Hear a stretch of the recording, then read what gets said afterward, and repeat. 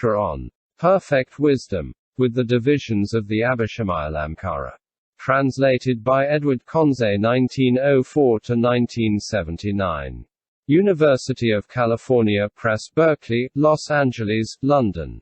Chapter 73. The Perfection of the Imperishable. Consummation of the Marks and Minor Characteristics. The reunion with the dharma-body. The substantial body. The dharma-body. The enjoyment body. The work of the dharma-body by means of the transformation body, in general. Subhuti. How, O Lord, when all dharmas are like a dream, non-entities, with non-existence for their own being and empty of own marks, can there be a definite distinction between them, to the effect that these dharmas are wholesome and those unwholesome, these worldly and those supramundane, these with and those without outflows, these conditioned and those unconditioned, these conducive to the fruit of a stream winner, too, those conducive to the supreme enlightenment, and so with regard to those dharmas which are like an echo, a reflected image, a magical illusion, a mirage, a magical creation, which are non-entities, have non-existence for own being and are empty of own marks, how can there be a definite distinction between them, to the effect that these dharmas are wholesome and those unwholesome too? Those are conducive to the supreme enlightenment. The Lord. Here, Subhuti, the foolish, untrained, common person apprehends the dream and apprehends him who sees it too.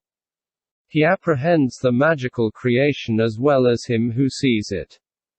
As a result he brings about karma formations, by body, speech, or mind, which are wholesome, unwholesome, or immovable.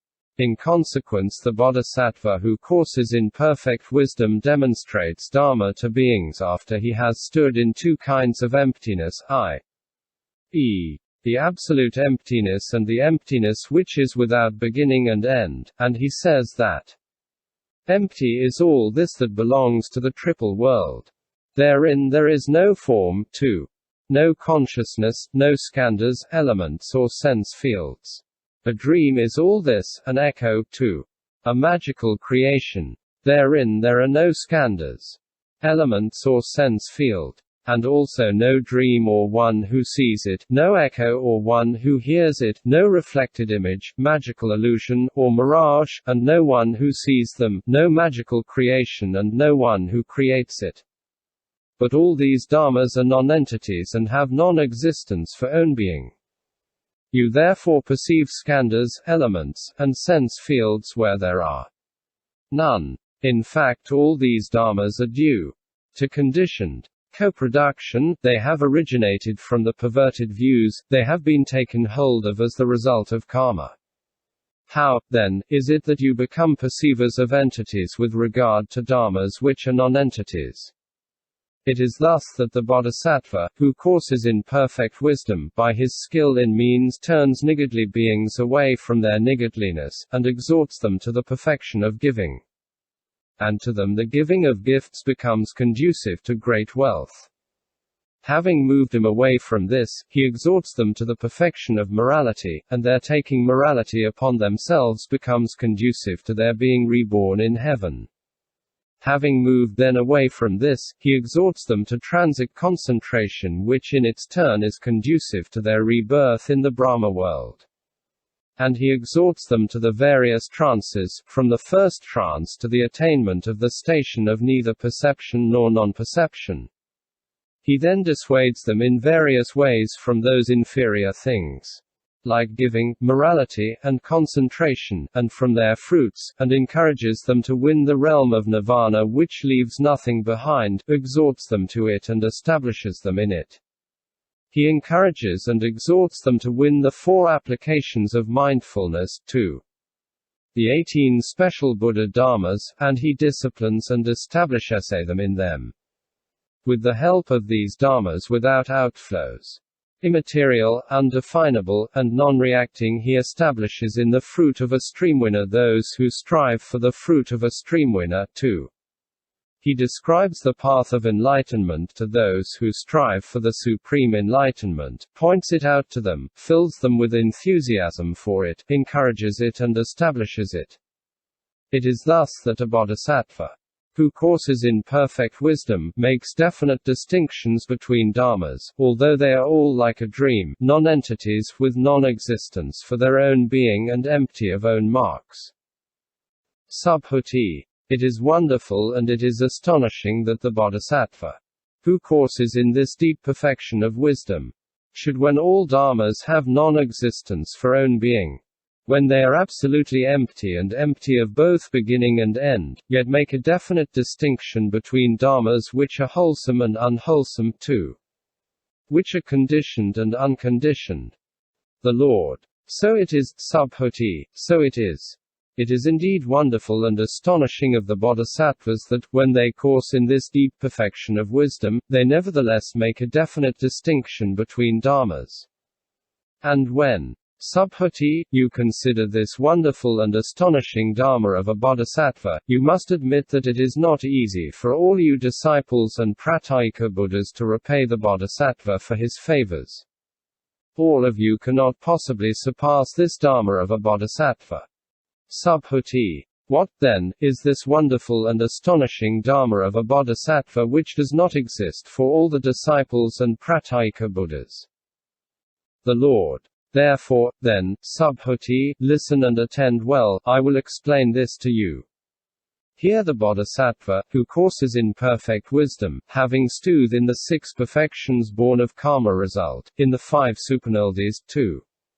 In the 18 special Buddha dharmas, and having traveled to the world systems in the 10 directions, helps beings with what they require, whether it be gifts, morality, 2. The concentration on emptiness, the signless, the wishless. Subhuti. How does the bodhisattva help beings by giving?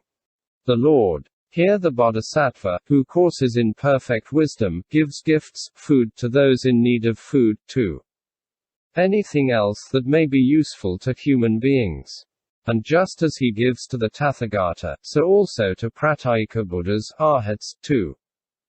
Streamwinners, to those who are reborn in the right places of rebirth and to those who progress in the right direction, so he gives to humans and to those who are reborn as animals. To all he gives gifts after he has formed the notion of non-differentiation.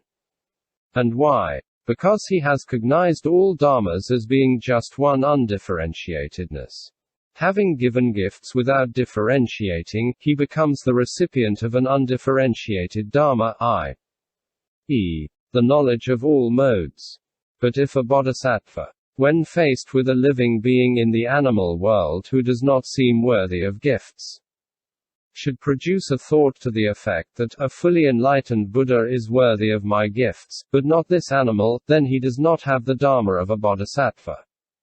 And why? Because the bodhisattva, who has raised his thought to enlightenment, has not set out for the supreme enlightenment with the reflection, these beings I should help with gifts, but not those. Helped by gifts they will be reborn in good families, and in due course they will, by means of the 3 vehicles, enter into the realm of nirvana which leaves nothing behind. If all people taken together should plan to kill the bodhisattva, his thought should remain unaltered, he should not think, should I give to them or should I not? But with unshaken mind, he should resolve to give gifts to just those people. And why? Because for the sake of those very people he has set out towards full enlightenment. And if he should so discriminate, he will become an object of reproach to those Buddhas, bodhisattvas, pratyeka Buddhas, and arhats, to those still in training and to the world with its gods, men and asuras, when he becomes at their request of all beings the shelter, the place of rest, the refuge, the final relief.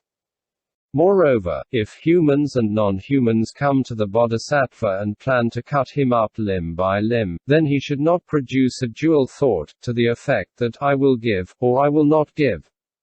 And why? Because that bodhisattva has taken hold of his bodily basis deliberately for the sake of beings, and with the intention that through his physical personality the welfare of beings should be worked. And he should produce a thought thus: may those people for whose sake I have appropriated this physical personality go away satisfied when they have received everything without having solicited for it. And it is thus that the bodhisattva should train in perfect wisdom. Moreover, when the bodhisattva is faced with a beggar, he should produce a thought thus: he who gives, he to whom he gives, what he gives, of all these dharmas the own being cannot be apprehended. And why? Because these dharmas are empty through their absolute emptiness. And emptiness does not give anything or take anything away. It is thus that the bodhisattva should train in perfect wisdom, i.e., in the inward emptiness, 2. In the emptiness of own marks. When he has stood in this emptiness, then, wherever he gives gifts, the perfection of giving will constantly and always be fulfilled in him. And when he has fulfilled this perfection of giving, he will, when his inner and outer belongings are cut or broken off, produce the thought: there is nothing that cuts or breaks me. The functions of the dharma-body. The activity which appeases the places of rebirth. The activity which appeases the hells. Here, surveying the world with my Buddha eye, I have seen in